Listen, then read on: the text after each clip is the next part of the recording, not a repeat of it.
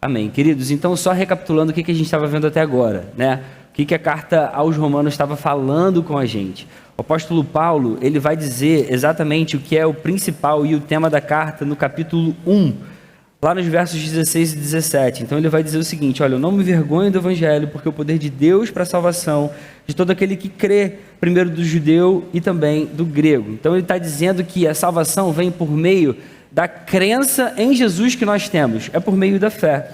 E ele vai dizer no verso 17, porque a justiça de Deus se revela no evangelho, na boa notícia. O que é o evangelho, meus irmãos? Evangelho é a notícia de que Jesus morreu numa cruz pelos nossos pecados e ressuscitou. Isso é o evangelho.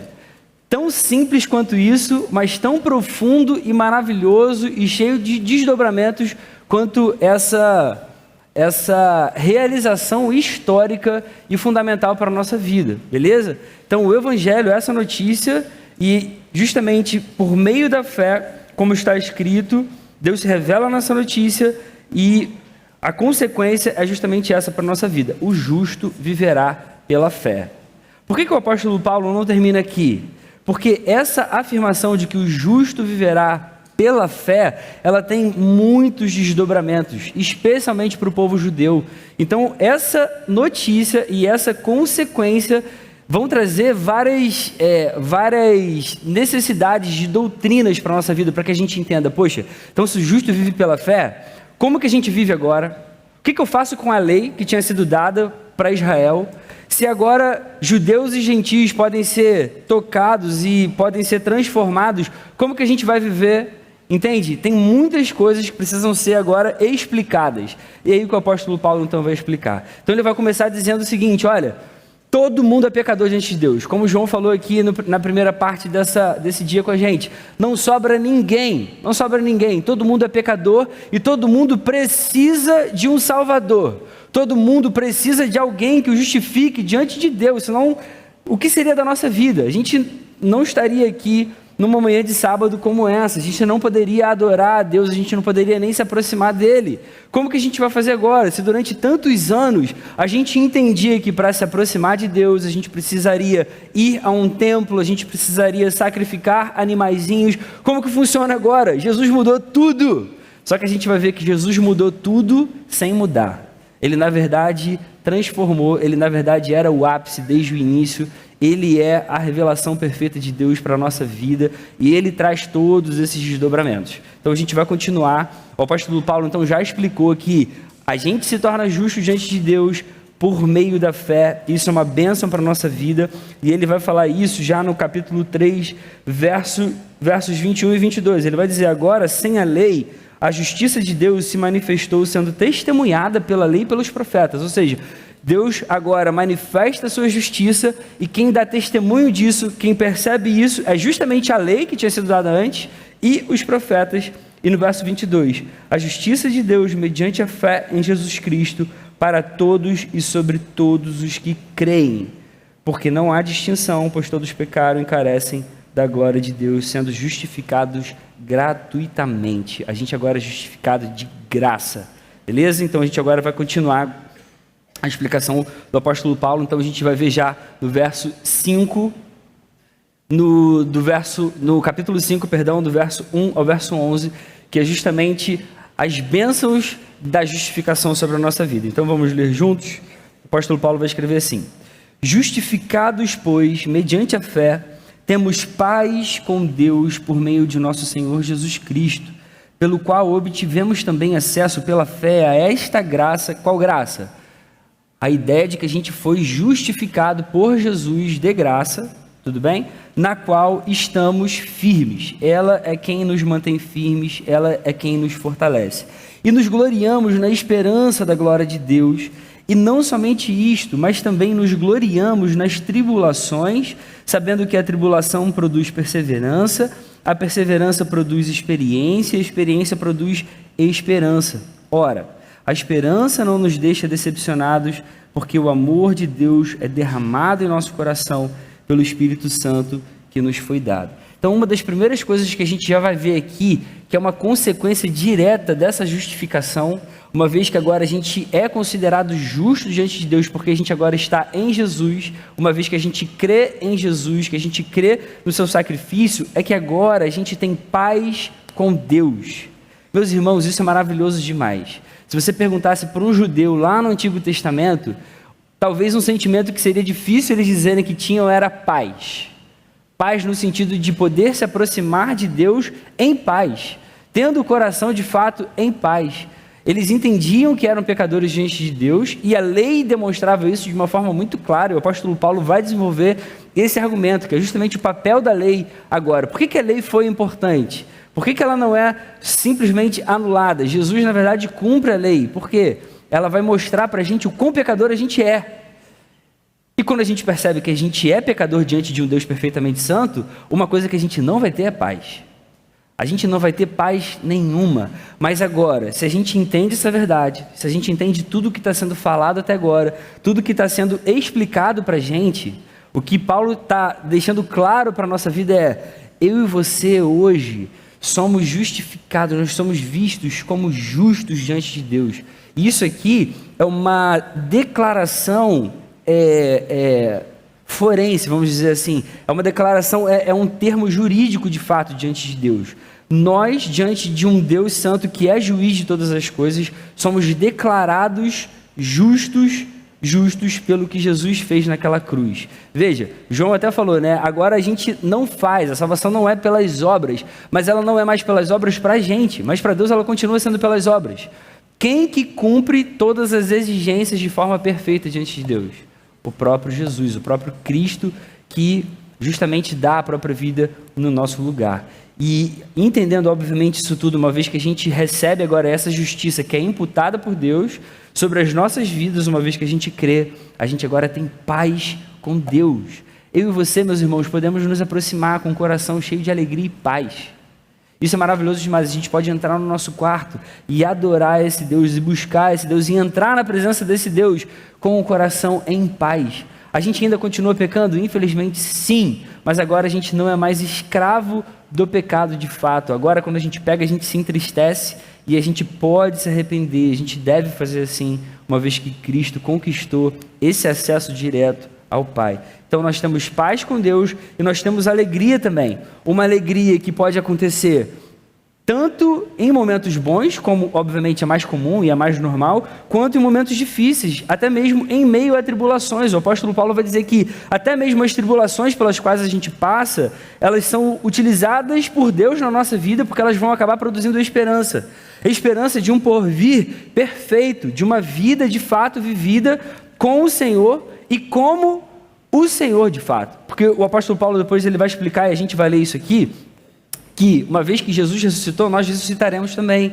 E uma vez que a gente agora vive em Jesus, a gente recebe tudo que Jesus conquistou para cada um de nós, tudo que ele recebeu do próprio Pai, é por isso que a gente vai viver também de forma santa, enquanto a gente ainda vive nesse mundo.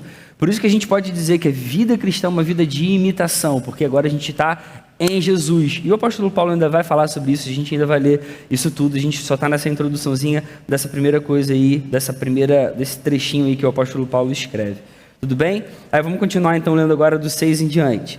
Porque Cristo, então a gente está no capítulo 5, verso 6. Porque Cristo, quando nós ainda éramos fracos, morreu a seu tempo pelos ímpios. Dificilmente alguém morreria por um justo, embora por uma pessoa boa, alguém talvez tenha coragem para morrer. Mas Deus prova o seu próprio amor para conosco, pelo fato de Cristo ter morrido por nós, quando ainda éramos pecadores. Logo, muito mais agora, sendo justificados pelo seu sangue, seremos por ele salvos da ira. Isso aqui é importante, irmãos, porque o apóstolo Paulo começa falando da ira de Deus sobre toda a humanidade, vocês se lembram? Ele vai dizer que a ira de Deus, ela se manifesta sobre todos os seres humanos que de fato vivem nessa condição de pecado, e ele explica que a gente vive dessa forma porque a gente já nasce assim.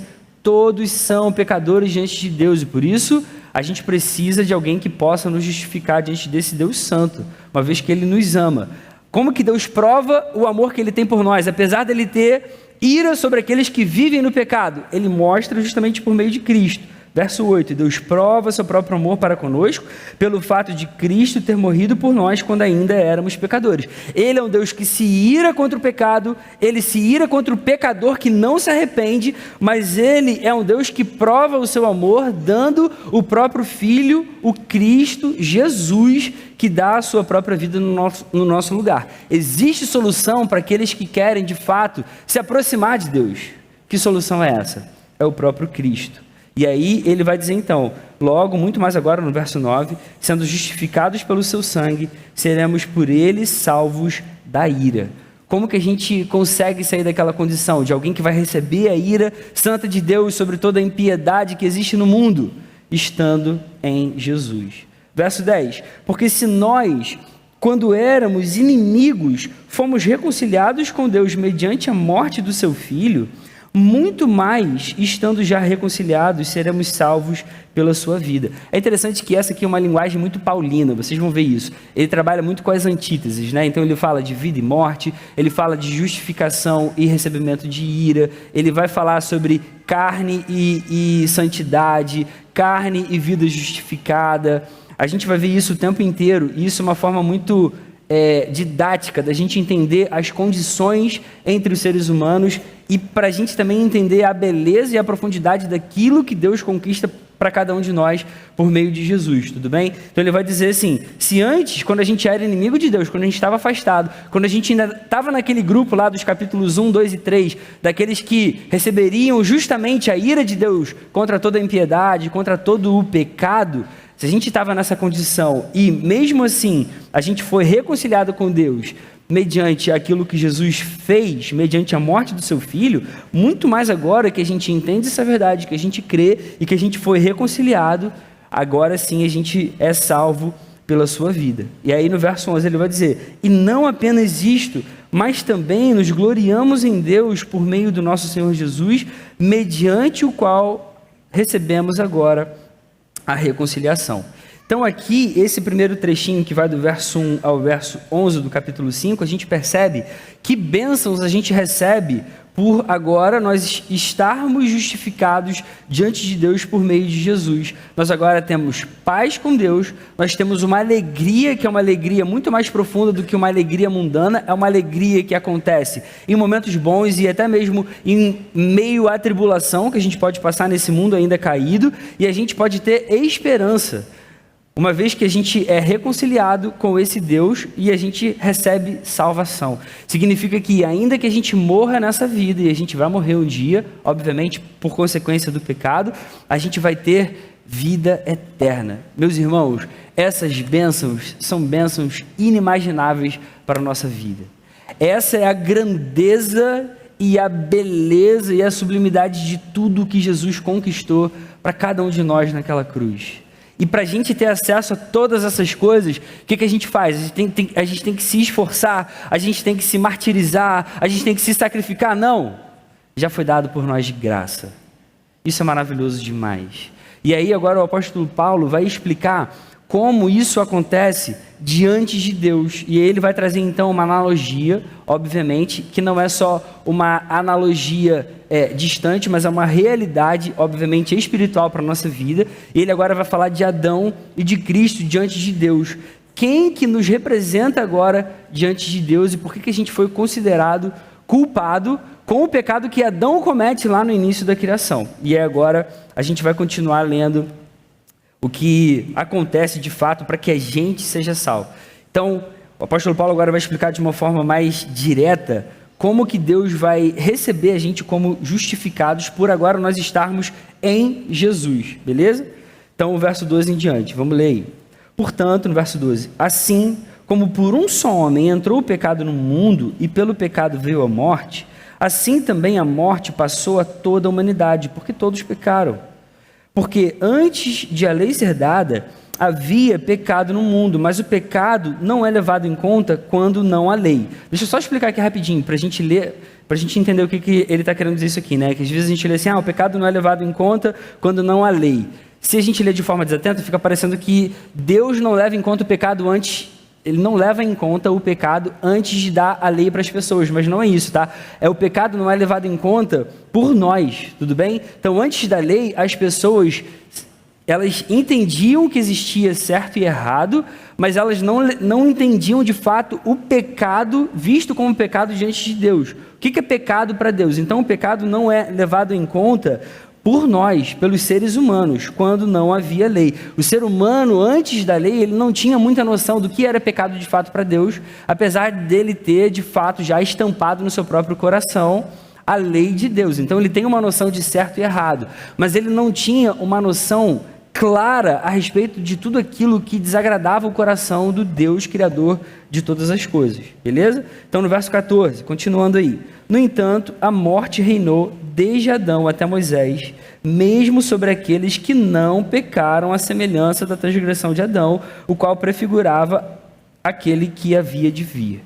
O apóstolo Paulo está querendo dizer o seguinte: mesmo que as pessoas não tivessem a noção de pecado, elas eram consideradas pecadoras diante de Deus, porque o pecado entra no mundo por meio de Adão. Na queda, infelizmente, afeta toda a humanidade.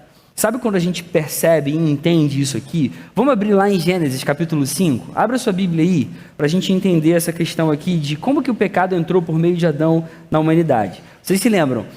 Adão peca e Deus faz uma declaração sobre a vida dele: você é pecador. E olha como é importante, irmãos, a representatividade aqui, e por que essa doutrina agora vai ser muito importante para a gente entender por que a gente pode ser considerado justo, uma vez que a gente agora está em Jesus. Quem que comeu o fruto proibido pela primeira vez? Foi Eva.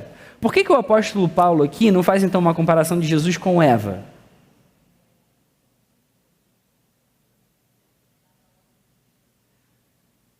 Deus tinha dado a ordem para Adão. Adão era o responsável pela criação e era o responsável pela sua esposa ali naquele momento.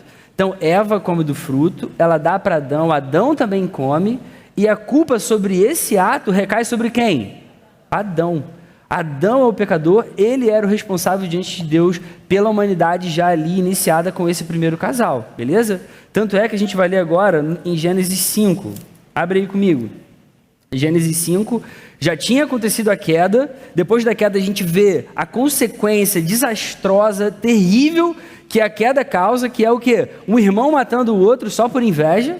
Então a gente vê que a profundidade da queda, ela é gigantesca mesmo, assim, a ponto de um ser humano matar outro só porque teve inveja dele.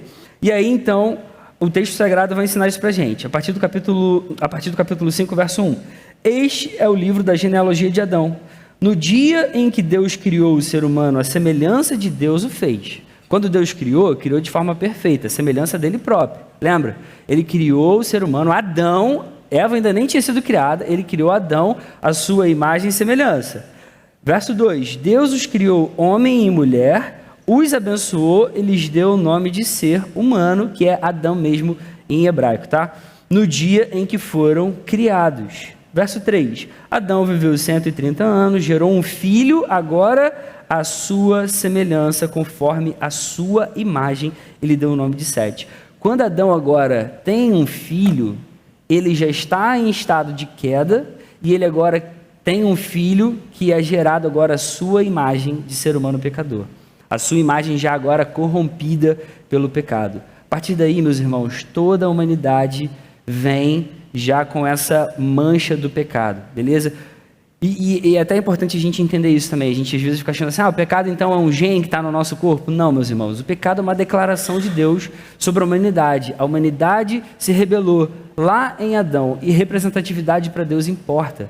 Adão representava a gente ali naquele momento e representava toda a humanidade. A partir do momento que a humanidade agora é gerada por meio dele, toda a sua descendência agora é declarada pecadora, porque nasce agora debaixo dessa ordem de queda. E isso é importante a gente saber, porque quando Jesus agora estabelece uma nova ordem agora, uma nova aliança no seu sangue, nós somos considerados também declarados justos, porque nós agora estamos em Jesus. Tudo bem? Então é fácil a gente entender por que a gente é pecador, porque Adão pecou, uma vez que a gente entende por que a gente é justo, porque Jesus morreu e foi totalmente justo no nosso lugar. Tudo bem? Vamos continuar então agora o texto, volta lá para Romanos 5, agora a continuação, verso 15 em diante, tá? Aí o texto diz assim: mas o dom gratuito, aquilo que Deus dá para a gente de graça, aquele presente, aquela dádiva, não é como a ofensa. Que ofensa? A ofensa do pecado que Adão cometeu lá no início da criação, beleza? Porque se muitos morreram pela ofensa de um só, pela ofensa de Adão, muito mais a graça de Deus e o dom da graça, o presente pela graça de um só homem, Jesus Cristo, foram abundantes sobre muitos. Paulo contrastando essa ideia da graça versus a ofensa, do presente versus o presente que a gente recebe de forma gratuita versus aquilo que a gente recebeu como herança, como ofensa que Adão cometeu lá atrás.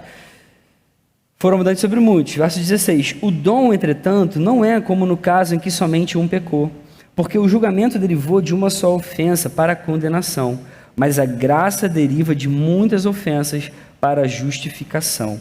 Se a morte reinou pela ofensa de um e por meio de um só, muito mais os que recebem a abundância da graça e o dom da justiça reinarão em vida por meio de um só, a saber, Jesus Cristo. O apóstolo Paulo está querendo destacar aqui a bênção e a grandeza da justificação daquilo que Jesus conquista por nós de graça. Ou seja, essa graça que ele nos dá é maior e consegue vencer, de fato, a consequência devastadora do pecado sobre a nossa vida, da morte que ela gera sobre cada um de nós. Por que a graça consegue vencer sobre a morte? Porque a graça é maior mesmo. Porque ela deriva de alguém que é muito maior, do próprio Cristo, do nosso Senhor, do nosso Deus. Tá bom? Então, verso 18. Portanto, assim como por uma só ofensa veio o juízo sobre todos os seres humanos para condenação, assim também por um só ato de justiça veio a graça sobre todos para a justificação que dá vida.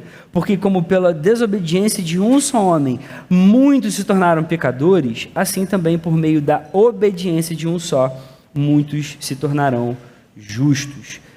Verso 20 em diante. A lei veio para que aumentasse a ofensa. Deixa eu explicar isso, para também não ficar esquisito, né? Como assim? A lei veio para que aumentasse a ofensa. A ideia é para que ficasse mais evidente a ofensa, entendeu? A ideia de Deus não foi assim, não, deixa eu dar a lei para aumentar então a ofensa dessas pessoas sobre a minha vida. Não, era uma consequência natural. Uma vez que a lei fosse dada, uma vez que a vontade de Deus fosse manifestada, fosse mostrada de forma muito clara, Deus mostrou de uma forma evidente qual é a sua vontade de fato, aí fica muito mais evidente a nossa pecaminosidade diante de Deus. Fica muito mais evidente. O apóstolo Paulo depois vai continuar e vai explicar isso para a gente, e a gente vai entender. Mas é só para a gente entender isso aqui, ó. A lei veio para que aumentasse a ofensa. Para a gente entender isso da seguinte forma: a lei veio para que ficasse mais evidente a nossa ofensa diante de Deus. Mas onde aumentou o pecado, aumentou muito mais ainda a graça, a fim de que, como o pecado reinou pela morte, assim também a graça reinasse pela justiça que conduz à vida eterna por meio de Jesus Cristo, nosso Senhor. Amém. Então, é assim que se dá a nossa salvação diante de Deus. Tudo bem, meus irmãos? A gente sempre vai ser representado por alguém. Ou a gente está sendo representado por Adão, ou a gente está sendo representado por Jesus Cristo. E isso aqui é o que vai dar início a uma das doutrinas mais importantes para a nossa vida e para a nossa caminhada com Deus, que é a doutrina da nossa união com Cristo. Ela é fundamental. Por quê? Porque é ela que vai dizer o porquê a gente vai ter vida eterna. Por que eu e você vamos ressuscitar no último dia em carne e osso? Só que a gente agora vai ter uma carne sem mais os efeitos do pecado. Porque Jesus ressuscitou. E agora Ele é quem nos representa diante do Pai. Diante do Pai nós somos declarados justos. Porque existiu um justo que cumpriu as exigências perfeitas de Deus em nosso favor. E para a gente ter acesso a isso, a gente só precisa crer e confiar. Isso é maravilhoso demais para a nossa vida, meus irmãos. E outra coisa que é importante a gente destacar aqui, tá? Por que é importante a gente entender que o livro de Gênesis não é um mito, não é uma alegoria, não é só uma historinha inventada para mostrar como o pecado entrou no mundo. Porque senão, meus irmãos, toda a nossa doutrina cai por terra. Entende? Quando você ouvir aquele ateu dizendo, isso aqui é mito, pô, você acha que existiu Adão e Eva? Só por meio de um casal existe tudo isso que existe gente no mundo? A gente precisa acreditar que Adão existiu de fato como um ser humano, literal, porque senão a doutrina da justificação cai por terra. Porque a gente só pode entender que a gente é pecador porque o primeiro ser humano de todos pecou em Adão.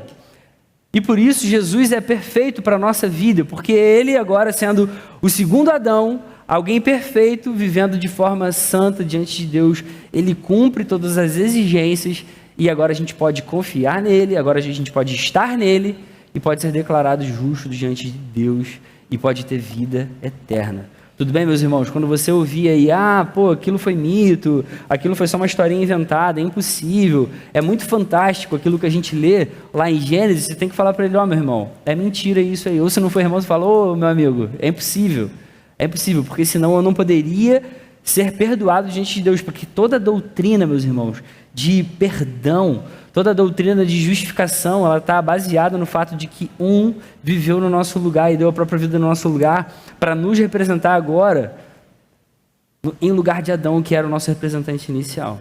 Tudo bem? Vamos continuar então agora.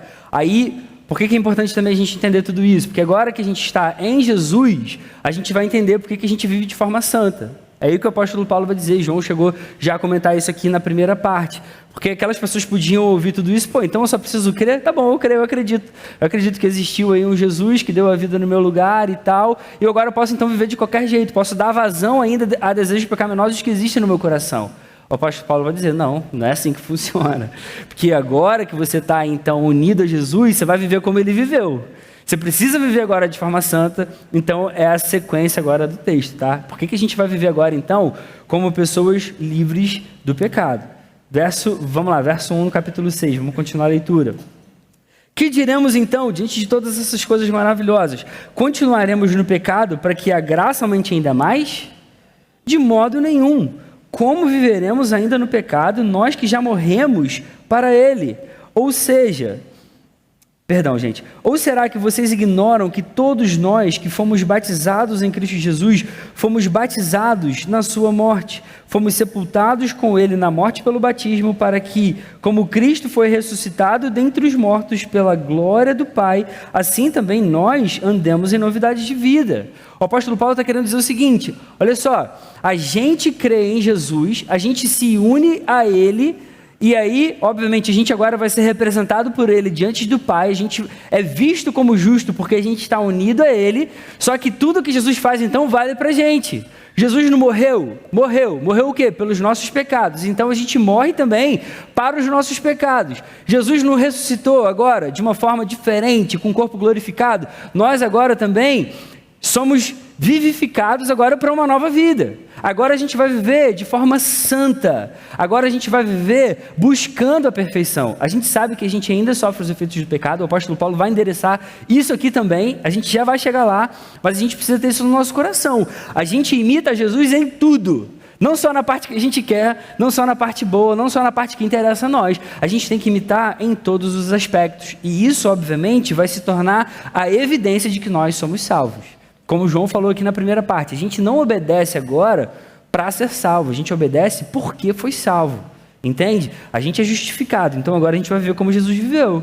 Jesus morreu e a gente morre. E aí o batismo representa exatamente isso, a nossa morte para a nossa antiga natureza que vivia no pecado, e a gente agora começa a viver, a gente tem um novo nascimento para uma nova vida, não para a mesma vida, não para as mesmas práticas que a gente tinha no passado. Tudo bem? É isso que o apóstolo Paulo está falando aqui. Verso 5 em diante. Porque tudo que eu expliquei até agora, o apóstolo Paulo agora vai dizer, se fomos unidos com ele na semelhança da sua morte, se a gente entende a doutrina da unidade com Cristo, né, de que a gente é unido a Jesus, certamente o seremos também na semelhança da sua ressurreição, sabendo isto, que a nossa velha natureza foi crucificada com ele, para que o corpo do pecado seja destruído e não sejamos mais escravos do pecado. Pois quem morreu está justificado do pecado. Ora, se já morremos com Cristo, cremos que também viveremos com ele. Sabemos que, havendo Cristo ressuscitado dentre os mortos, já não morre.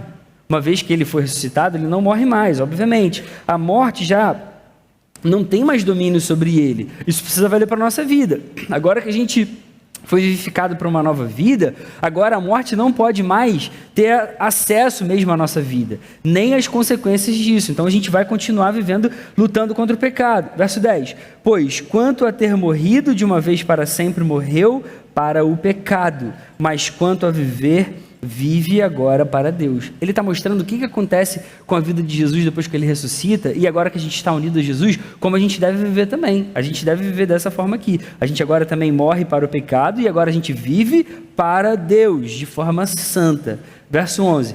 Assim também vocês considerem-se mortos para o pecado, mas vivos para Deus em Cristo Jesus. Está muito claro, né, meus irmãos? O apóstolo Paulo fala aqui de uma forma facinha da gente entender. Então agora a gente vai viver para Deus. Porque, mas a gente já não é salvo pela graça? Só que essa graça e essa salvação, elas necessariamente causam uma transformação na nossa vida. Elas não deixam a gente da mesma forma. A evidência de que a gente foi alcançado por essa graça que salva de graça é que agora a gente vai viver em novidade de vida. Agora a gente vai viver para Deus, não mais como alguém que era escravo do pecado. Então, meus irmãos, precisa haver mudança de vida. A mudança de vida é, de fato, uma evidência de que a gente nasceu de novo.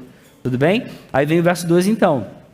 Portanto, não permitam que o pecado reine em seu corpo mortal, fazendo com que vocês obedeçam às suas paixões. Também não ofereçam os membros do corpo ao pecado, como instrumentos de injustiça, porque agora vocês são justificados.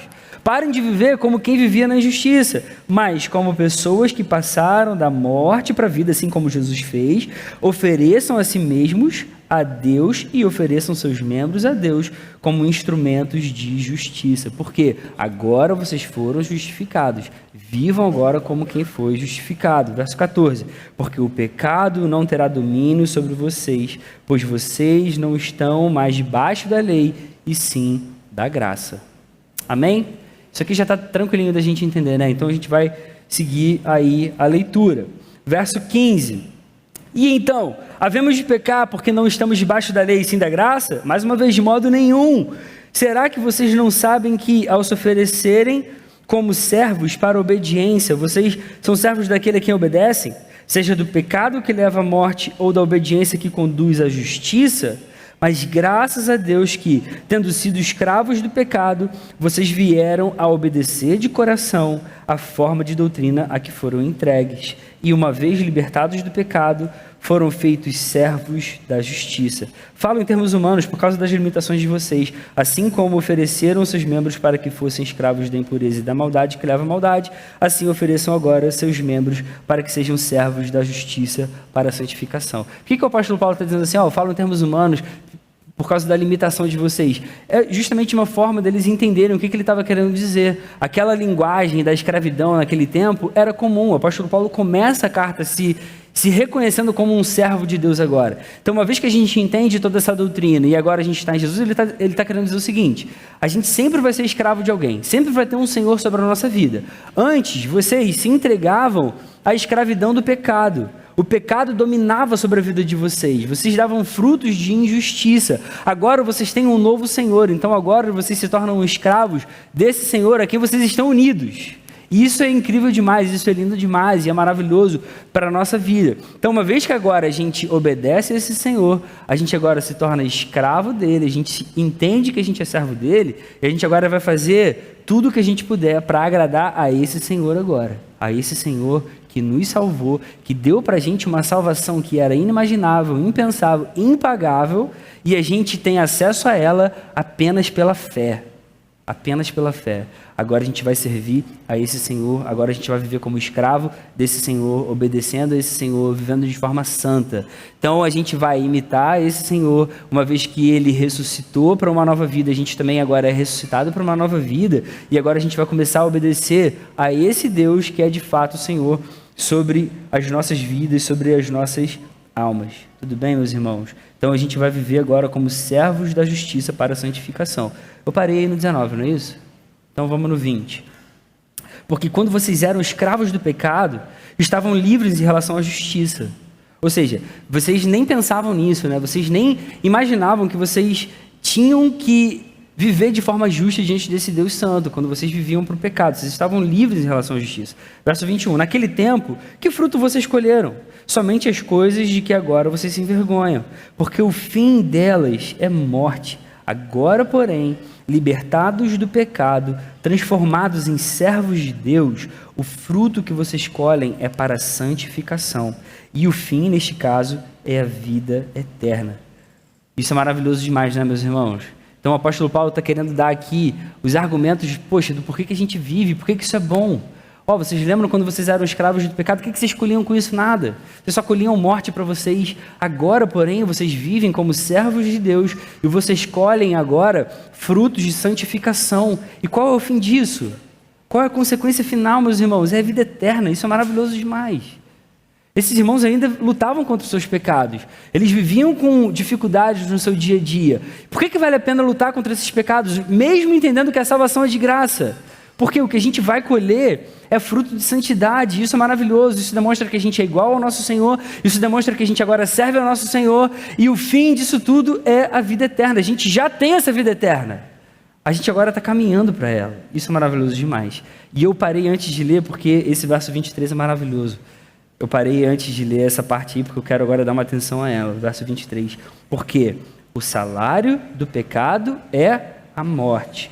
Mas o dom gratuito de Deus é a vida eterna em Cristo Jesus nosso Senhor. Por que o apóstolo Paulo aqui não fala assim, porque o salário do pecado é a morte, mas o salário do dom de Deus é a vida eterna? O que é salário, irmãos? É algo que a gente recebe, certo? Por um trabalho que a gente faz. Eu faço uma coisa, como consequência eu recebo um pagamento, um salário. Antes eu pecava. Era o que eu fazia. A consequência do que eu recebia pelo que eu fazia era a morte. Só que agora, o que a gente tem de Deus não é uma consequência do que a gente faz. É um dom gratuito, é uma dádiva que Ele dá para a gente. Então isso não é um salário que a gente recebe. Jesus fez essa obra por cada um de nós. Isso é o que Ele faz. Eu e você só recebemos. É um dom gratuito. E isso é a vida eterna em Cristo Jesus, nosso Senhor. Isso é muito maravilhoso, meus irmãos. Aí você vê, né? Um Lutero da vida lendo isso aqui no século XV ali. É impressionante, né? Século XVI. E como que a reforma foi importante para a gente entender isso, meus irmãos. Vem em todo tempo, você consegue perceber, existe espaço para outra pessoa entrar nisso aqui, nessa obra de salvação? Quando o apóstolo Paulo faz lá aquela diferenciação, a gente está ou em Adão ou em Cristo. Meus irmãos, não tem espaço para entrar Maria, não tem espaço para entrar santo, não tem espaço para nada. É só Jesus, meus irmãos.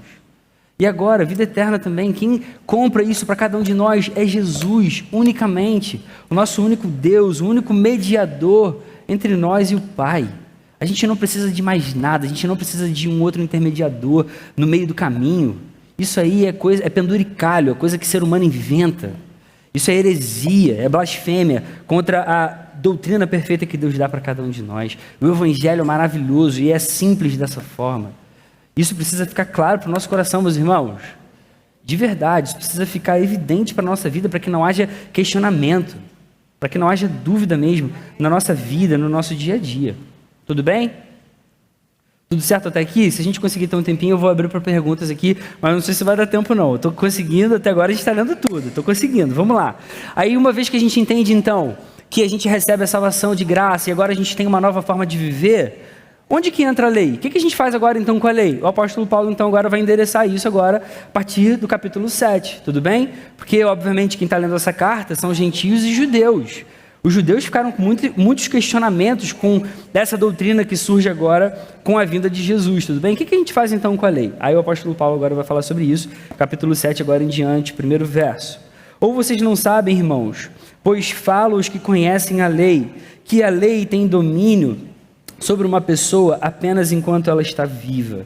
Por exemplo, a mulher casada está ligada pela lei a seu marido, enquanto ele vive. Mas se o marido morrer, ela ficará livre da lei conjugal. De modo que será considerada adúltera se, enquanto o marido estiver vivo, ela se unir com outro homem. Mas se o marido morrer, ela estará livre da lei e não será adúltera se casar com outro homem.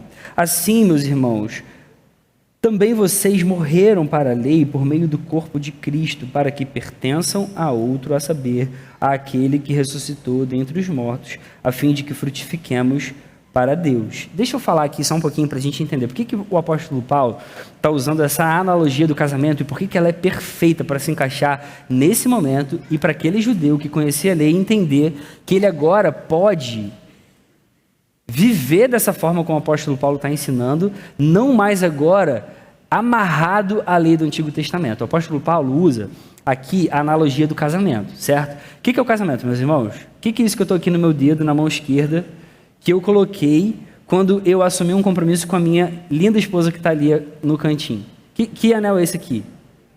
Uma aliança. Irmãos, casamento é uma aliança. Casamento é um pacto. Tudo bem? Casamento é um pacto. E aí, o que a palavra vai ensinar para a gente a respeito desse pacto do casamento? Que um está obrigado ao outro enquanto eles estiverem vivos, certo?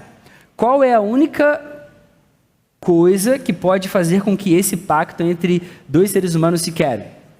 A morte, certo? Ou quando uma das partes trai a outra. Só que aí o apóstolo Paulo está fazendo uma analogia do casamento com o pacto que Deus faz com o seu povo. Então, nesse caso aqui, Deus não vai poder morrer, obviamente, né? Na verdade, ele vai, eu já estou até dando spoiler para você. O que ele vai, então, ensinar para a gente a respeito da lei? Para que aquele pacto pare de valer, alguém tem que morrer, certo? Então, ele vai dizer o seguinte, olha, vocês estando em Jesus, morreram para esse pacto quando Jesus morreu naquela cruz. Jesus morre, ele pode, então, dar fim àquela antiga aliança e pode iniciar agora uma nova, na sua nova vida. Por que ele pode fazer isso? Porque ele não é só homem, ele também é Deus. Deus não morre, mas em Jesus Deus morreu. Essa é a ideia, entende? Então existia um pacto de Deus com o seu povo, esse pacto não ia ser quebrado. Deus não pode quebrar um pacto que ele faz, a não ser em caso de morte. Nesse caso, quem morreu? Fala, irmão, Jesus, pô, vamos embora, com convicção. Jesus morre. Então agora a gente pode sim iniciar uma nova aliança. Ela não é de qualquer jeito. Jesus não faz de qualquer forma. Jesus não chega e fala assim, pô, mudou tudo. Não, ele deu a própria vida. Só que quando ele dá a própria vida, ele dá no nosso lugar. Então todo o povo de Deus morreu com Jesus e agora é ressuscitado para uma nova vida em Jesus. Então agora existe sim uma nova aliança. É por isso que agora a gente pode crer nessa doutrina, na doutrina da nova aliança que Jesus instaura com o seu próprio sangue. Por isso a analogia do casamento é perfeita e maravilhosa para a gente, meus irmãos. Entende? Então vamos lá, no verso 5. Porque quando vivíamos segundo a carne, as paixões pecaminosas despertadas pela lei operavam em nossos membros, a fim de frutificarem para a morte. Agora, porém, estamos livres da lei, pois morremos para aquilo a que estávamos sujeitos, para que sirvamos de maneira nova, segundo o Espírito, e não da maneira antiga, segundo a letra, segundo a lei. Isso é maravilhoso demais. Então agora a gente pode viver para o Senhor, uma vez que agora existe essa nova aliança que Ele estabelece no seu próprio sangue. Tudo bem, meus irmãos? Continuando então aí no verso 7. Que diremos então? Aí o apóstolo Paulo vai falar, pô, então por que existiu a lei? Qual foi o propósito dela? Que a lei é pecado? De modo nenhum. Mas eu não teria conhecido o pecado a não ser por meio da lei. Porque eu não teria conhecido a cobiça se a lei não tivesse dito, não cobice. Mas o pecado, aproveitando a ocasião dada pelo mandamento, despertou em mim todo tipo de cobiça. Cara, isso aqui é muito legal, esse argumento do apóstolo Paulo. Por quê? O ser humano já fazia isso, já cobiçava. O ser humano já tinha uma natureza pecaminosa. Ele já fazia coisas contrárias à vontade de Deus. Mas quando ele cobiçava sem ter uma lei que dizia, olha, cobiçar é errado, ele cobiçava sem talvez achar que aquilo era errado. A lei de Deus já estava estampada no coração, no sentido de que o ser humano já tinha uma noção do que é certo e do que é errado. Ele sabia, por exemplo, pô, matar talvez seja errado, só que mesmo assim ele matava. Ele já tinha essa noção de, pô, eu tenho que cuidar das pessoas, mas cuidava com aquele certo egoísmo. Mas quando vem a lei, e a lei diz o que a gente realmente não pode fazer, o que desagrada de fato o coração de Deus, fica estampado, fica evidente de fato que a gente é pecador. Porque, obviamente, eu já cobiçava, mas agora que a lei diz para mim claramente, você não pode fazer isso. Aí eu percebo, caramba, eu faço isso toda hora. Eu sou pecador, eu preciso de um Salvador. Verso 9. Houve um tempo em que sem a lei eu vivia, mas quando veio o mandamento, o pecado reviveu e eu morri. que o apóstolo Paulo está querendo dizer isso? Está querendo dizer que o pecado ficou evidente e eu percebo que toda hora eu caio, toda hora eu peco, toda hora eu erro diante de um Deus que é santo, que mostra qual é a vontade dele para a minha vida.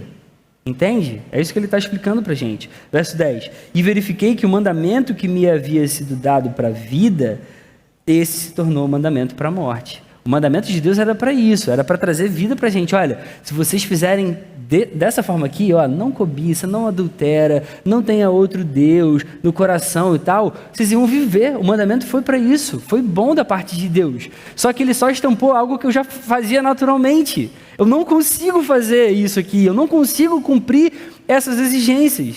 A lei era para me trazer vida, porque eu agora ia entender de forma clara a vontade de Deus, eu ia obedecer toda essa vontade e ia viver. Ia ser bom para mim, mas eu não consigo fazer isso e eu não vou viver. Verso 11, porque o pecado, aproveitando a ocasião dada pelo mandamento, me enganou e por meio do mandamento me matou. Assim, a lei é santa e o mandamento é santo, justo e bom. Então, aquilo que é bom se tornou morte para mim? De modo nenhum, pelo contrário. O pecado, para mostrar-se como pecado, por meio de uma coisa boa, causou-me a morte, a fim de que, pelo mandamento, o pecado mostrasse toda a sua força de pecado. Isso aqui é impressionante, meus irmãos, porque é isso mesmo. Quando a gente lê, né, por exemplo, Mateus 5, 6 e 7, lá o Sermão do Monte, e Jesus falando, tudo aquilo que Deus quer da nossa vida, né? A gente pensa assim, Senhor, a sensação é que eu não passo nenhuma. E é por isso que a gente precisa de um justificador assim perfeito, que cumpre todas essas exigências, que consiga viver dessa forma como Deus sempre quis, e que seja um substituto perfeito para mim e para você, para que a gente possa ter vida, meus irmãos. Não existiria outra possibilidade, não existiria outra opção para a gente. A gente nunca ia conseguir. Nunca. A gente nunca ia conseguir. Por isso que a lei é importante, para mostrar o que entristece o coração desse Deus perfeito, o que é injustiça para ele, o que é imperfeição, o que é pecado. É tudo isso que a gente não consegue fazer. Continuação, verso 14. Porque bem sabemos que a lei é espiritual. Eu, porém, sou carnal, vendido à escravidão do pecado. E é aquele texto muito conhecido, né, de todo mundo. Porque nem mesmo compreendo o meu próprio modo de agir, pois não faço o que prefiro, e sim o que detesto. Ora, se faço o que não quero, concordo com a lei, que é boa. Nesse caso, quem faz isso já não sou eu, mas o pecado que habita em mim. Porque eu sei que em mim, isto é, na minha carne, não habita bem nenhum. Pois o querer o bem está em mim, mas não o realizá-lo. Porque não faço o bem que eu quero, mas o mal que não quero, esse faço. Mas se eu faço o que não quero, já não sou eu quem o faz, e sim o pecado que habita em mim. Assim encontro esta lei: quando quero fazer o bem, o mal reside em mim. Porque segundo o homem interior, tenho prazer na lei de Deus. Mas vejo nos meus membros outra lei que, guerreando contra a lei da minha mente, me faz prisioneiro da lei do pecado que está nos meus membros. Miserável homem que sou, quem me livrará do corpo desta morte? Graças a Deus. Graças a Deus por Jesus Cristo, nosso Senhor. Ah, meus irmãos, esse trecho aqui precisa gerar encantamento no nosso coração. Graças a Deus por Jesus Cristo, nosso Senhor. De maneira que eu, de mim mesmo, com a mente sou escravo da lei de Deus, mas segundo a carne sou escravo da lei do pecado. Isso aqui é maravilhoso demais. Eu vou fazer algumas considerações aqui, porque assim, recentemente a gente ouviu alguns teólogos mais moderninhos falando a respeito desse trecho, né, que o apóstolo Paulo fala isso, poxa, o bem que eu quero fazer, isso eu não faço e tal, e eu segui muito por essa linha, assim, isso aqui não é o apóstolo Paulo falando, é só um recurso literário que ele está usando, mas aí a gente vai estudar e vai ver os gigantes teólogos aí de Deus, todos eles concordam que é o apóstolo Paulo falando dele mesmo. Aí eu preciso reconhecer a minha limitação, quem sou eu na fila do pão, para achar que não é o apóstolo Paulo. Meus irmãos, isso aqui é o próprio apóstolo Paulo mesmo, reconhecendo a sua fraqueza e a sua necessidade de um Salvador. Ele tem prazer na lei de Deus, ele quer fazer a lei de Deus, mas ele percebe que é difícil. Existe uma outra lei dentro do seu coração, que é a fruta do pecado, é a lei do pecado. Ela sempre faz com que a gente se incline para o mal. Por isso ele exclama, graças a Deus por Jesus Cristo, nosso Senhor. Porque ele consegue viver sem ser dessa forma aqui. Sem ter uma lei do pecado no coração que fica inclinando ele para o mal o tempo inteiro. O que seria da nossa vida se não fosse Jesus Cristo, nosso Senhor, nosso Deus? O que seria, meus irmãos? Como seria a nossa vida? Como seria a nossa história? O que seria mesmo de todas aquelas vezes que a gente pecou, se sentiu envergonhado, se sentiu indigno? Imagina, meus irmãos. Olha o que Jesus Cristo fez por cada um de nós naquela cruz, o que ele conquistou para a nossa vida.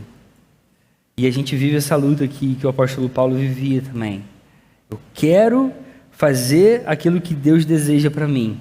A lei dele é boa, é maravilhosa para a minha vida. E eu tenho essa luta constante. Eu luto constantemente contra a minha própria carne. Se eu faço o que não quero, já não sou eu quem faz, assim o pecado que habita em mim. Assim encontro essa lei. Quando quero fazer o bem, o mal reside em mim. Porque, segundo o homem interior, tenho prazer na lei de Deus, mas vejo nos meus membros outra lei que, guerreando contra a lei da minha mente, me faz prisioneiro da lei do pecado.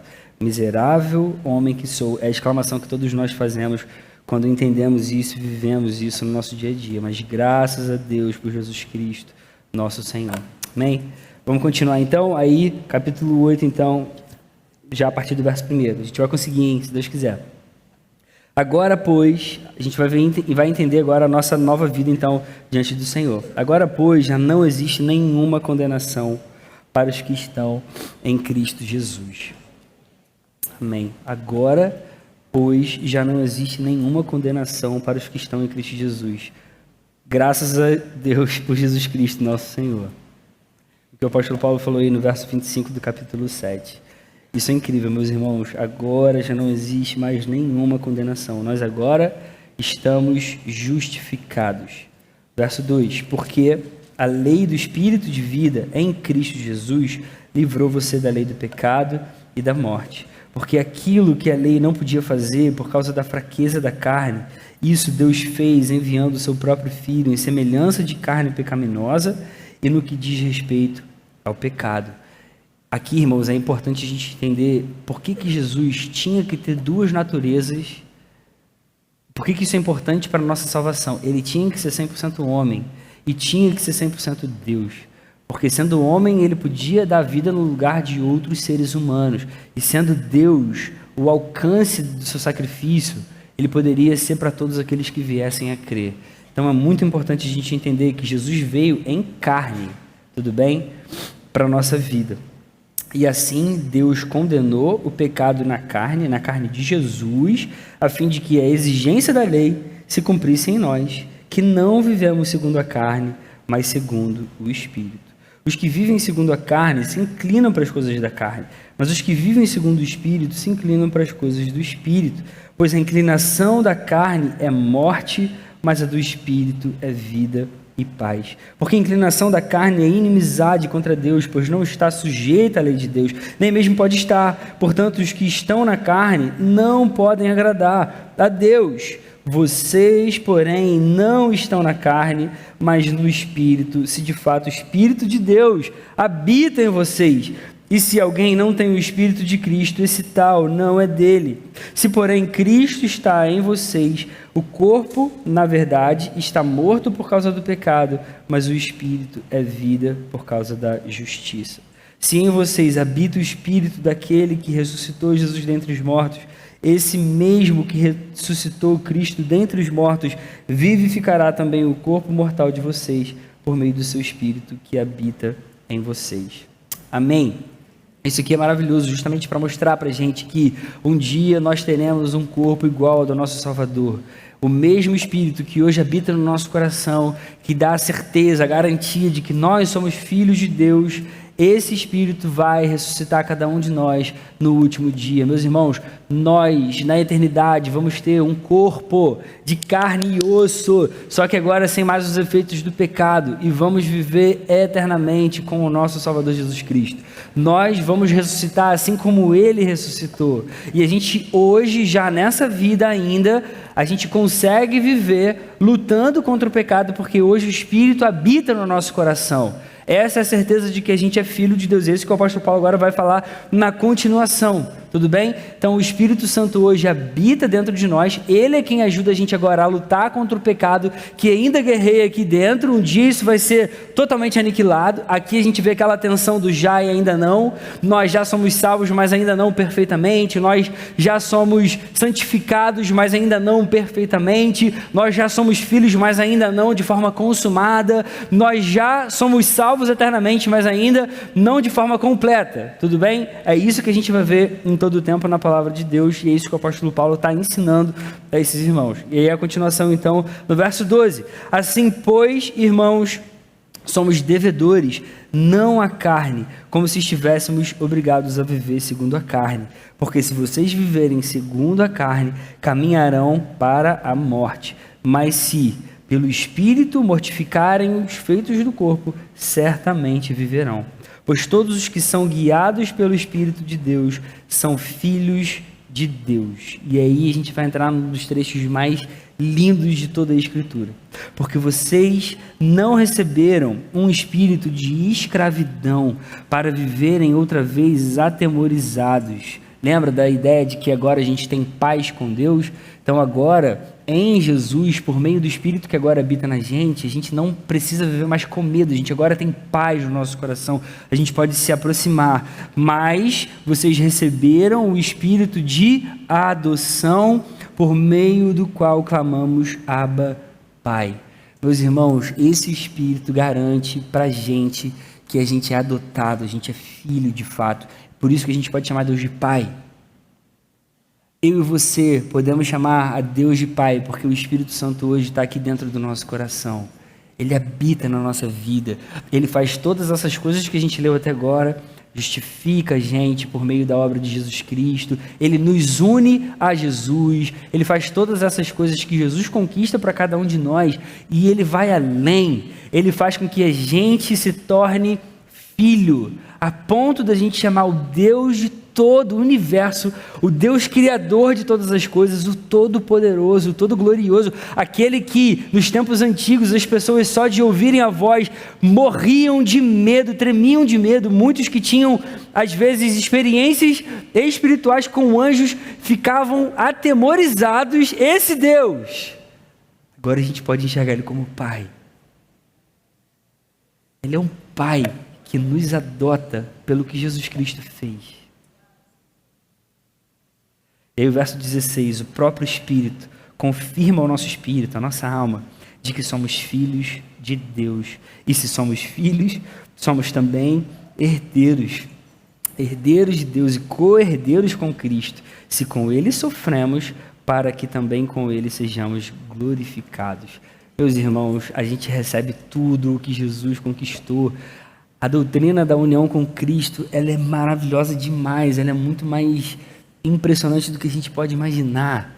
Eu e você nos tornamos herdeiros de Deus, co-herdeiros com Jesus. Vocês entendem? Jesus é o nosso irmão mais velho. Por isso que Ele é o primogênito entre muitos irmãos, entre todos aqueles que venham a crer na sua obra, no seu sacrifício, na sua pessoa. Isso é incrível demais para a nossa vida, e é por isso que a gente vai ser glorificado, meus irmãos. Olha a extensão e olha a perfeição da obra de Jesus Cristo naquela cruz, o fato dele ter ressuscitado num corpo glorificado, não é? Vocês se lembram como era o corpo glorificado de Jesus? Ele ultrapassava paredes físicas, era assim. Vocês se lembram quando ele vai se encontrar com os discípulos, as portas estavam trancadas, ele entra naquela sala. A gente vai ter esse corpo, esse mesmo corpo de Jesus, pela obra que ele realizou e pelo que o Espírito Santo hoje então aplica ao nosso coração, e ele nos transforma como o próprio Jesus. Isso um dia vai acontecer de forma consumada, de forma perfeita, completada na nossa vida. Amém? Então a sequência aí no verso 18. Porque para mim tenho por certo que os sofrimentos do tempo presente não podem ser comparados com a glória a ser revelada em nós. A ardente expectativa da criação aguarda a revelação dos filhos de Deus. Aqui é a ideia de que, de fato, a queda foi tão ruim que ela afetou toda a criação, de fato. Então, a criação hoje aguarda com expectativa que tudo isso aqui aconteça. A glorificação dos nossos corpos aconteça. A restauração de todas as coisas por meio do Senhor aconteça. A criação geme. O apóstolo Paulo vai dizer isso agora na sequência.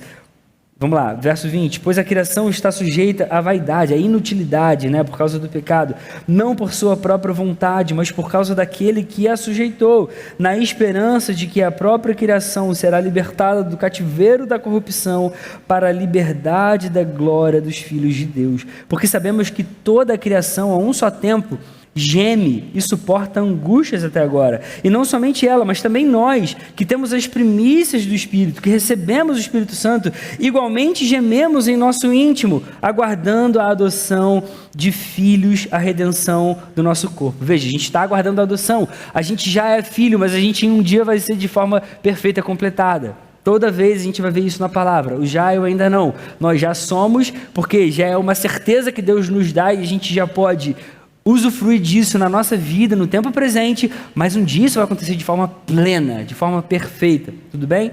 A redenção do nosso corpo, verso 24, porque na esperança fomos salvos. Ora, esperança que se vê não é esperança, pois quem espera o que está vendo? Mas se esperamos o que não vemos, com paciência o aguardamos. O apóstolo Paulo está aqui encorajando seus irmãos, isso um dia ainda vai chegar. A gente ainda tem tribulações aqui, mas toda a criação de Deus, toda a natureza sofre também com os efeitos da queda, com os efeitos do pecado. Infelizmente essas coisas acontecem, então a gente espera com paciência. A gente espera porque a gente pode ter essa firme convicção, essa firme certeza de que todas essas coisas vão se cumprir, vão se completar. Isso vai acontecer, meus irmãos, a gente pode ter essa certeza. Então aqui o apóstolo Paulo fala que a criação geme, nós que cremos no Senhor gememos, e ele agora vai falar do Espírito Santo. Ele tem um certo gemido, mas é um gemido diferente dos nossos. E isso aqui também é importante, que a gente geme, a ideia não é para uma angústia de algo que não vai ter mais solução. É mais como se fosse um gemido de uma grávida a ponto de dar luz. É uma dor muito forte, mas por algo maravilhoso que vai acontecer, entende? Então a gente geme porque a gente vive em algo ainda muito ruim, a gente ainda vive sob os efeitos do pecado, mas um dia toda essa dor vai ter um fim para algo muito melhor, para uma nova vida, para uma nova restauração que o próprio Jesus conquistou, já tinha planejado antes mesmo de criar todas as coisas para todo o seu povo, para todos aqueles que viessem a crer nele, tá bom? Então no verso 26, da mesma maneira também o Espírito nos ajuda em nossa fraqueza, porque não sabemos como orar como convém, mas o próprio Espírito intercede por nós com gemidos inexprimíveis, indizíveis, que a gente não consegue explicar como é isso. E aquele que sonda os corações sabe qual é a mente do Espírito, porque intercede pelos santos de acordo com a vontade de Deus. Veja, o Espírito Santo intercede por nós, meus irmãos, e o Espírito Santo hoje habita no nosso coração. E é muito legal, porque quando você lê também a carta aos Hebreus e entende a obra de Jesus hoje, uma vez que ele está ressurreto ao lado do Pai, o livro de Hebreus vai dizer que Jesus também está intercedendo por nós. Então, olha a obra de Deus hoje sobre a nossa vida. Deus sabe que ainda que nós sejamos regenerados e já sejamos filhos dele, a gente ainda luta contra o pecado. A gente é fraco demais e a gente precisa da ajuda do Senhor na nossa vida. Então nós temos um intercessor que vive dentro de nós, que é o Espírito Santo, e nós temos um intercessor que vive externamente a nós, que é o próprio Jesus. O Espírito e Jesus intercedem por nós diante do Pai, para que a gente persevere, para que a gente seja preservado até o último dia. E é por isso que a gente também pode dizer que a gente nunca vai se perder na medida que a gente caminha na direção agora do Senhor, esperando com expectativa a revelação de todas as coisas, a glorificação do nosso corpo. Isso é maravilhoso para a nossa vida, meus irmãos. Verso 28, é por isso que o apóstolo Paulo então vai dizer: sabemos que todas as coisas cooperam para o bem daqueles que amam a Deus, daqueles que são chamados segundo o seu propósito. Pois aqueles que Deus de antemão conheceu, ele também predestinou para serem conformes à imagem de seu Filho, a fim de que ele seja o primogênito entre muitos irmãos. E aos que predestinou, a esses também chamou, e aos que chamou, a esses justificou, e aos que justificou, a esses também glorificou. Veja, quando a gente começa a entender a linha de raciocínio que o apóstolo Paulo está traçando, esse verso conhecido, né, Romanos 8, 28, ele toma uma proporção mais profunda, não é? Então agora a gente sabe que todas essas coisas cooperam para o bem daqueles que amam a Deus. Que todas essas coisas, ele antes estava falando que a gente tem sofrimentos no tempo presente, a gente ainda luta contra o pecado que habita ainda dentro de cada um de nós, os gemidos de toda a natureza, os gemidos inexprimíveis do Espírito Santo que intercede por nós. Todas essas coisas estão cooperando para o bem daqueles que amam a Deus. Todas essas coisas estão acontecendo para o nosso bem, uma vez que a gente ama o Senhor, porque a gente foi chamado por Ele, segundo o seu propósito. Pois aqueles que de antemão conheceu, Ele predestinou para serem conformes à imagem do seu Filho. Veja, irmãos, tudo que Deus faz na nossa vida, toda essa obra, todas essas consequências da justificação, o fato de nós nos tornarmos filhos de Deus fazer uma obra nosso coração, é para que nós nos tornemos a imagem de seu Filho, para que a gente seja cada vez mais parecido com Jesus. Por isso que a gente vive em santificação. O que é santificação? É o processo de nos tornarmos cada vez mais parecidos com Jesus. Jesus foi e é perfeitamente santo. Nós estamos nos tornando como Ele. Nós estamos unidos a Ele e nessa caminhada nós estamos cada vez mais parecidos com Ele, ainda que a gente ache que não. Ainda que a gente tenha um tropeço, uma queda no meio do caminho, o Espírito Santo, Ele está fazendo essa obra. E é a palavra que garante isso para cada um de nós. Porque Deus nos predestinou. Ele tinha um destino prévio para a nossa vida e por isso Ele nos chamou e por isso então Ele nos justificou. E a esses que Ele predestinou, chamou e justificou, Ele glorificou. Ué, mas a gente ainda não vai ser glorificado? Vai. Mas isso é uma certeza tão grande que Deus já pode olhar para a gente e já falar: olha só, vocês já são glorificados. Isso vai acontecer, meus irmãos. Ele já nos glorificou. Já e ainda não. Nós já vivemos hoje uma vida muito melhor, muito diferente, já. Mas um dia ela vai ser perfeita, vai ser completada. Isso é maravilhoso para a nossa vida. E aí então a gente vai para o finalzinho, para a gente terminar certinho dentro do tempo, com uma das passagens mais incríveis de todo o texto de Romanos, na minha opinião. Que diremos então à vista de todas essas coisas maravilhosas que a gente está falando até agora? Se Deus é por nós, se Ele é quem faz tudo isso na nossa vida, toda essa obra, tudo isso que a gente leu até agora, quem será contra nós? Quem é que vai acusar você, meu irmão, se é Deus quem está te justificando, por meio de tudo isso aqui que Ele já programou e planejou para a nossa vida? Aquele que não poupou seu próprio Filho, mas por todos nós o entregou, será que não nos dará graciosamente com Ele todas as coisas? Quem intentará acusação contra os eleitos de Deus? É Deus quem os justifica. Não é a própria obra daquilo que a gente pode fazer, não é aquilo que a gente entrega ao Senhor. É o próprio Deus que justifica. É uma declaração que Deus imputa sobre as nossas vidas. Você hoje é justo porque você creu em Jesus. Você está em Jesus. Quem os condenará? É Cristo Jesus quem morreu. Não fomos nós que morremos pela nossa própria vida, não. É Cristo Jesus quem morreu. Ou melhor, quem ressuscitou, o qual está hoje à direita de Deus e também intercede por nós. Ele também está intercedendo por cada um de nós. Quem nos separará do amor de Cristo? Será a tribulação, ou a angústia, ou a perseguição, ou a fome, ou a nudez, ou o perigo, ou a espada? Como está escrito: por amor de ti somos entregues à morte continuamente, fomos considerados como ovelhas para o matadouro.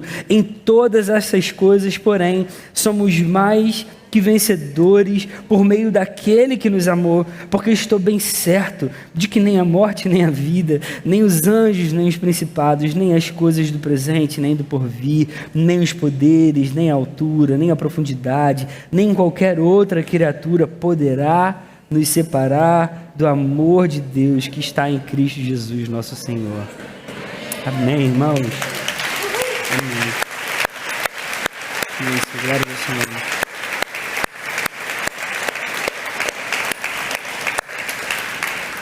Como eu tenho 5 minutinhos, deixa eu falar só algumas coisas sobre isso aqui, porque isso aqui é lindo demais. Às vezes, a gente passa por dificuldades na vida e a gente tende a questionar a Deus, né? Pô, Senhor, por que você está deixando isso aqui acontecer? Por que, poxa, às vezes eu me dedico tanto, às vezes eu oro tanto, te peço tanto, por que você está deixando isso acontecer? Meus irmãos, a resposta está aqui. Deus nos ama muito, muito. Essas tribulações não são capazes de nos livrar do amor de Deus, de nos separar do amor de Deus. Isso significa que, ainda que a gente tenha tribulação na vida, Deus continua nos amando. A gente continua sendo amado. A gente não enxerga, mas é assim que é. A palavra garante isso para a nossa vida. Ainda que a gente enfrente nudez, perseguição, Deus continua nos amando. Poxa, mas são coisas ruins que acontecem na nossa vida. Sim, essas coisas ruins não são capazes de nos livrar do amor de Deus. Elas não nos separam do amor de Deus. Significa que Deus continua nos amando. Ele continua nos amando quando a tribulação acontece, quando a angústia acontece, quando a perseguição acontece, quando a gente passa por fome, quando a gente passa por nudez, quando a gente passa por perigo ou espada. Deus continua nos amando. Deus continua sendo amoroso, Ele continua sendo bom, porque todas essas coisas que acontecem na nossa vida não podem mudar o fato de tudo aquilo que Jesus Cristo conquistou naquela cruz por cada um de nós, a justificação que é agora por meio da fé. Elas também não podem mudar o fato de que hoje a gente vive unido a Jesus, ainda que a gente passe por tribulação, dificuldade, angústia, fome, nudez. Elas não mudam o fato de que hoje a gente é considerado filho de Deus por adoção. Não mudam o fato de que hoje o Espírito Santo de Deus habita dentro de cada um de nós. Nada nesse mundo, meus irmãos, muda o fato de que Deus nos ama. E como Ele nos ama? Ele prova o seu amor, como Ele falou aqui no capítulo 5. Ele nos prova o seu amor para conosco pelo fato de Cristo ter morrido por nós quando ainda éramos pecadores. Capítulo 5, verso 8. Meus irmãos, Deus já demonstrou o quanto nos ama. Qualquer coisa que venha acontecer na nossa vida não muda mais esse fato. Isso é uma bênção, isso é maravilhoso demais. E é legal, né, que o capítulo 8 começa aqui agora, já não há mais nenhuma condenação para aqueles que estão em Cristo Jesus. E o apóstolo Paulo agora então vai terminar declarando que agora também nada mais pode nos separar desse amor. Nada, meus irmãos, nada. Não há mais agora também nenhuma separação daqueles que estão em Cristo Jesus. Amém? E uma vez que Jesus agora ressuscitou, Ele não morre mais. Ele é vivo para sempre. Então a sua aliança vai se manter, a justificação vai se manter, tudo isso que a gente consegue agora no Senhor vai se manter na nossa vida até o último e grande dia, enfim, que a gente estiver aqui nesse mundo caído e a gente puder viver toda a eternidade com o nosso Salvador. Amém? Consegui terminar faltando 2 minutos. A gente abre para uma pergunta ou não? Pode? Aí eu queria abrir assim, se alguém quiser fazer uma pergunta, a gente encerra para ir para o almoço. Alguém tem? Vai lá. Seria legal só ter um microfone. Mas tem a ver com o que a gente leu, né? Então tá, vai lá.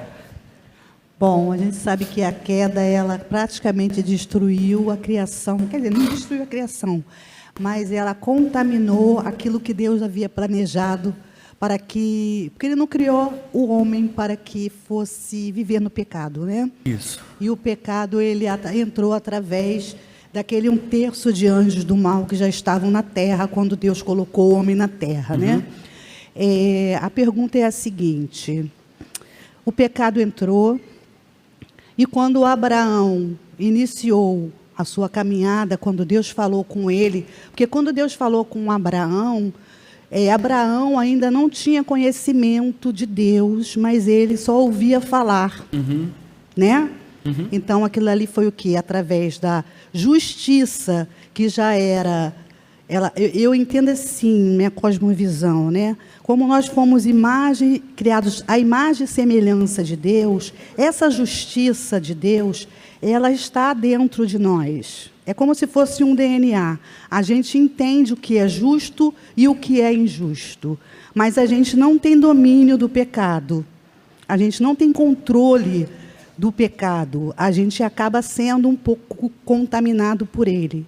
E aí a gente acaba não conseguindo, às vezes, se não for por Jesus, nos livrarmos do pecado. Entendeu? A minha pergunta é a seguinte: a justiça que Abraão teve foi através da fé, pelas promessas que já existiam em alguns escritos anteriores, ou por tudo que ele ouviu falar de Deus? Então, a gente entende que ele creu naquilo que Deus falou com ele, de fato, né? Se a gente hoje entende que o Evangelho está explicado para a gente na palavra de Deus, antes da palavra ser escrita e registrada, qual era a palavra de Deus que era dada ao ser humano? Era a própria voz de Deus falando com ele. Deus vem, se revela a Abraão e fala com Abraão. A palavra de Deus está acontecendo nesse exato momento, ainda que ela não estivesse registrada num papel ali de fato. Tanto que a lei vai ser dada bem depois. Só o fato dele crer na palavra de Deus, isso significa que ele creu. Então é basicamente isso. Ele creu naquilo que Deus falou com ele, e Deus ali, obviamente, ele já faz ali um prenúncio de uma descendência que viria, um prenúncio, a gente chama de proto-evangelho, né? Ele já está dando ali uma indicação de que um Messias viria, e Abraão crê em toda essa palavra dada ali por Deus a ele. Então essa é a ideia. E é isso que justifica ele como servo de Deus. E aí depois, então, Deus vai falar para ele, então, utilizar a circuncisão como um sinal do pacto que ele estava fazendo agora com ele, que seria o povo que ele iniciaria para trazer a redenção para toda a humanidade. Tudo bem? Aí só deixa eu corrigir uma coisinha que você falou aí. Primeiro, né, de que existe a justiça em nós, a gente não entende dessa forma, tá? A gente entende que uma vez que o pecado entrou na nossa vida, de fato, a gente entende que Deus criou a gente à sua imagem e semelhança, então é como se ele tivesse já no início da criação, na nossa essência, ele tivesse imprimido suas leis no nosso coração, só que o pecado, ele atua em todo o nosso corpo, em toda a nossa mente, em toda a nossa vida, em todos os aspectos da vida, e ele distorce essas questões. Então a gente não consegue mais ser justo diante de Deus, ainda que a gente tenha uma certa noção de certo e errado, que tem a ver com essa lei impressa de Deus em todos os seres humanos. Uma pessoa não crente, talvez ele te fale assim, é errado matar. E aí talvez um ateu defenda que, na verdade, isso foi uma construção da sociedade e tal. Não. A Bíblia vai dizer que todos nós temos isso dentro de cada um de nós, só que a gente só consegue entender e enxergar agora a perfeição da beleza de Deus e do Evangelho quando a gente é salvo e regenerado, quando Deus abre os nossos olhos para a sua verdade e regenera o nosso coração e dá para a gente uma nova natureza. Mas o ser humano ainda no estado caído, ele não é capaz de adorar a Deus e reconhecê-lo como Deus e ter atos justos. É por isso que Isaías vai dizer que até mesmo um ato de bondade nosso, quando não é para a glória de Deus, quando não é feito para Deus, é ruim, é um trapo imundo, né? Então a gente tem que ter essa noção. É por isso que o apóstolo Paulo vai dizer já no início de Romanos que a justiça de Deus, ela manifesta, né? A ira dele, de fato, manifesta contra toda a impiedade pelo fato dos seres humanos verem a Deus, reconhecerem que existe um Deus criador, mas eles não o glorificam como Deus. Por quê? Porque eles são pecadores, entendeu? Se eles tivessem os olhos abertos para a verdade de Deus, eles glorificariam, entenderiam que aquilo ali vem de Deus. Ou seja, isso ensina para a gente que a revelação geral, ela não é capaz de salvar. Ela é capaz apenas de evidenciar que existe um Deus. A gente precisa da revelação específica, especial de Deus para a nossa vida. Tá bom? Irmãos, bom almoço.